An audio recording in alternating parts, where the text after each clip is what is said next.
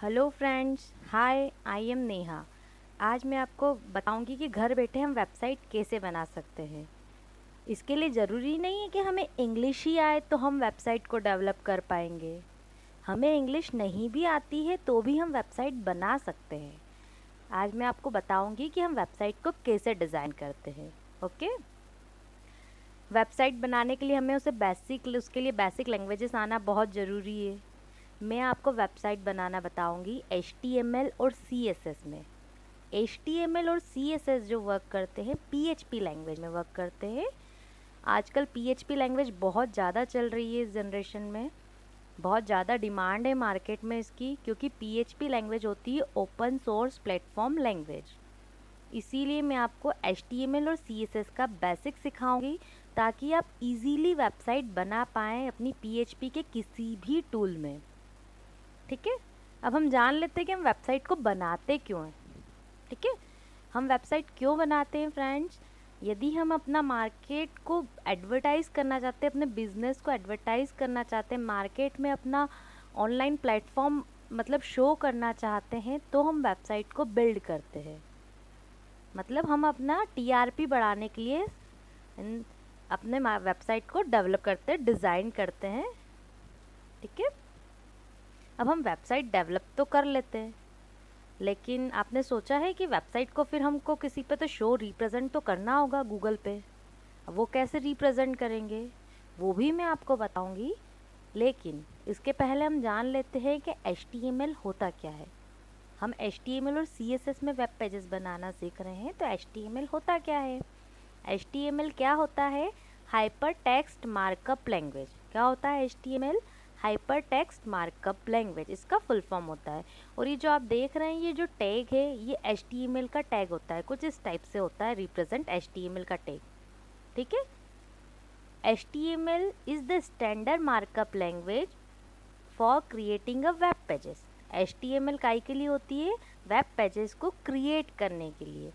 HTML describes structure of web pages. Web pages का structure describe करती है। और HTML बनी होती है consist of series of the element like paragraph, heading, link, etcetera. ठीक है। अब हमने HTML सीख लिया, अपनी वेबसाइट बना ली जैसा कि मैं आपको बता रही थी।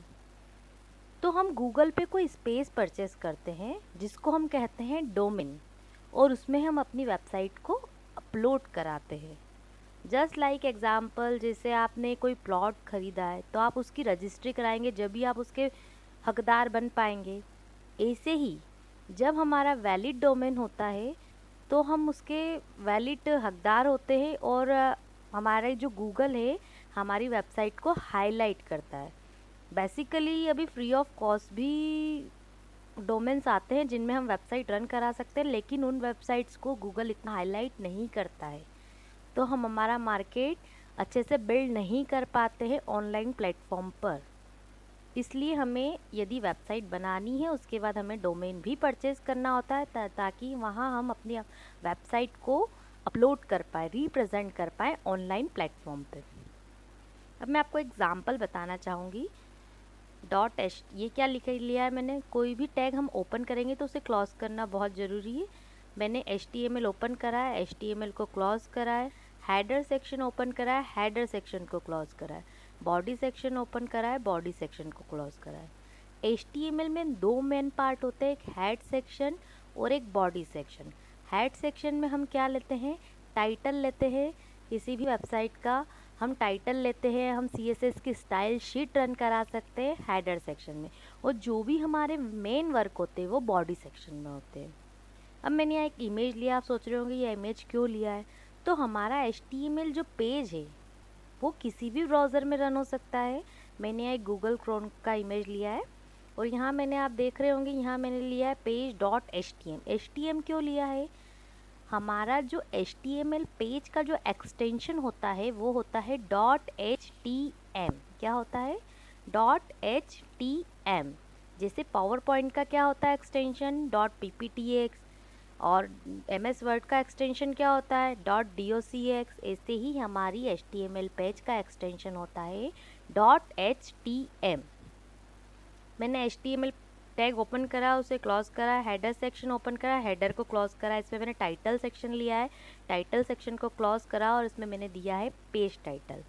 मैं आपको इसको प्रैक्टिकली भी करके बताऊंगी। जो मैंने यहाँ पे पीपीटी फाइल में लिया है वही मैं प्रैक्टिकल करके बताऊंगी। बॉडी सेक्शन ओपन करा है, बॉडी सेक्शन को क्लोज करा है।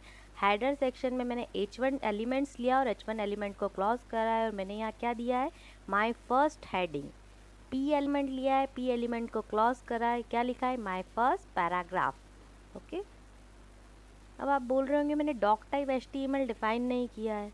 डॉक टाइप HTML क्या होता है, जो HTML का एडवांस वर्जन होता है उसे कहते हैं हम HTML5। उसको डिफाइन करने के लिए हम डॉक टाइप HTML का यूज़ करते हैं। HTML क्या होता है, HTML होता है root element of HTML page का। हेड सेक्शन में हम क्या करते हैं, कंटेन्स करते हैं मेटा इन्फॉर्मेशन HTML पेज के बारे में। टाइटल सेक्शन में हम क्या करते हैं, टाइटल सेक्शन एलिमेंट स्पेसिफाई करता है टाइटल फॉर HTML पेज के लिए, जो हम ब्राउज़र में रन कराते हैं और टॉप पेज पे जो दिखता है सबसे टॉप बार पे, उसे हम कहते हैं टाइटल। बॉडी सेक्शन में हम क्या करते हैं, बॉडी सेक्शन में हम करते हैं heading, paragraph, images, hyperlink, table, list, जो भी हमें बनाना है, जो भी वर्क करना है हम बॉडी सेक्शन में करते हैं। H1 एलिमेंट क्या डिफाइन करता है, लार्ज हेडिंग, और P एलिमेंट क्या डिफाइन करता है, पैराग्राफ।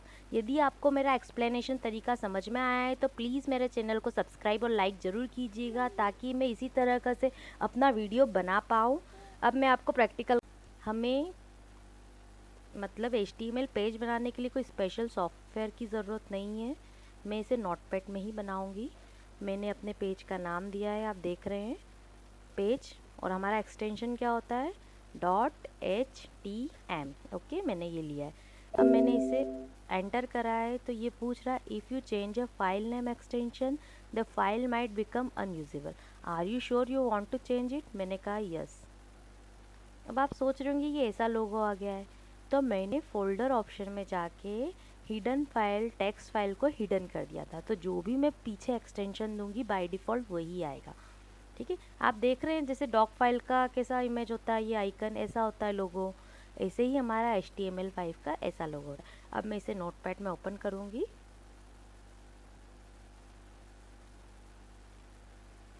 हमने जो एग्जाम्पल PPT फाइल में देखा है वही मैं यहाँ पे लिख रही हूँ। HTML ओपन करा है, HTML को क्लोज करा है,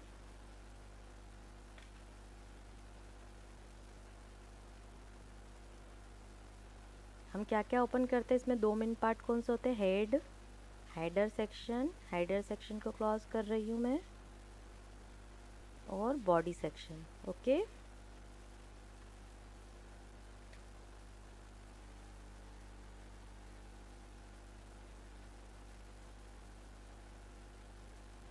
बॉडी सेक्शन को क्लोज करा है। हेडर में हम क्या डिफाइन करते हैं, टाइटल। क्या डिफाइन करते हैं, टाइटल। टाइटल पेज ओपन करा है, टाइटल सेक्शन को क्लोज करा है, सॉरी पेज निकल गया, सेक्शन बोलते हैं इसे। टाइटल में मैं लिख देती हूँ माय वेबसाइट। ओके, अब मैं इसे सेव कर लेती हूँ, देखती हूँ मेरा पेज वर्क कर रहा है या नहीं। मैंने इसे सेव किया है, अब मैं इसे रन कराती हूँ मोज़िला में। अब आप देख रहे हैं सबसे टॉप पे जहाँ मेरा कर्सर मूव कर रहा है वहाँ लिखा हुआ माय वेबसाइट। ये जैसे फेसबुक का पेज होता है तो उसमें टॉप पे क्या लिखा आता है, फेसबुक लिखा आता है, उसका लोगो लगा हुआ आता है। हम यहाँ अपना लोगो भी लगा सकते हैं, वो मैं आपको नेक्स्ट वीडियो में बताऊंगी कि कैसे हम अपना लोगो लगाते हैं। अब ये क्या है, ये हमारा बॉडी सेक्शन है, मतलब हम इसी में वर्क करते हैं, बॉडी सेक्शन में ही वर्क करते हैं। तो अब मैं बताऊँगी आपको बॉडी में आज अपन ने क्या देखा है, H1 एलिमेंट देखा है, और क्या देखा है, पैराग्राफ देखा है। तो अपन उस पर देखते हैं कैसे होता है। नोटपैड में ओपन करा, बॉडी सेक्शन में क्या लिया था, H1 एलिमेंट, H1 एलिमेंट को क्लोज करा है। H1 एलिमेंट में मैंने लिया है माय हेडिंग। ठीक है, अब मैं पैराग्राफ एलिमेंट ले रही हूँ, P एलिमेंट, अब यहाँ मैंने H1 क्यों लिया है मैं आपको ये भी डिफ़ाइन करूँगी। पैराग्राफ को क्लोज करा है, माय लिख रही हूँ, माय पैराग्राफ। ये मैंने दो एलिमेंट इसलिए लिए हैं ताकि आपको क्लियर हो जाएगा कि इन दोनों में डिफरेंस क्या है। ठीक है, अब मैं इसे सेव कर देती हूँ और देखती हूँ। अब आप देख पा रहे हैं मेरी वेबसाइट में जो बॉडी पेज में मैंने हेडिंग में जो लिया था माय हेडिंग, इसके बोल्ड्स काफ़ी बड़े हैं, फॉन्ट्स मतलब बोल्ड है इसके फॉन्ट्स और काफ़ी बड़े हैं इसके फॉन्ट्स। और पैराग्राफ विदाउट बोल्ड लेटर में है और इसके फॉन्ट्स छोटे हैं कंपेयर देन हेडिंग सेक्शन के। अब मैंने H1 का यूज़ क्यों किया था मैं आपको ये भी क्लियर कर देती हूँ। H1 का यूज़ इसलिए किया था कि H1 एलिमेंट में H1, H2, H3, H4, H5 तक एलिमेंट्स होते हैं। जैसे हमने कोई सपोज़ वेबसाइट बनाई है, हम कोई भी वेब पेज बना रहे हैं HTML का, तो हमने H1 एलिमेंट, मुझे किसी पेज में बड़ी हेडिंग चाहिए तो H1 को यूज़ करा। अब मैं यहाँ जस्ट H2 यूज़ करके देखती हूँ तो आपको और क्लियर होगा। यहाँ पे मैंने लिया है H2 एलिमेंट, H3 ले लेते हैं ताकि अच्छे से क्लियर होगा। H5 तक होता है, H6 भी होता है। इसे क्लोज करा। जैसे हमारा A4, A5, A6 का पेपर होता है ना, जस्ट लाइक इसमें भी हेडिंग सेक्शन में ऐसे पार्ट होते हैं H1, H2, H3। My heading यही लिखूँगी ताकि आपको क्लियर हो जाएगा डिफरेंस बिटवीन बोथ। मैंने इसे सेव करा है, अब मैं इसे रन करा रही हूँ। अब आप देख रहे हैं मेरा जो H1 में हेडिंग था वो फॉन्ट्स थोड़े बड़े और कंपेयर देन H3 में जो हेडिंग था वो छोटे। अब मुझे वेब पेज बनाना है, मैं मेरा HTML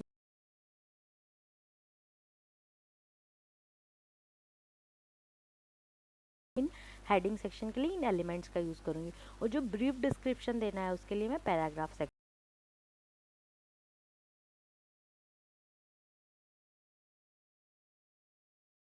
लाइक ज़रूर कीजिएगा।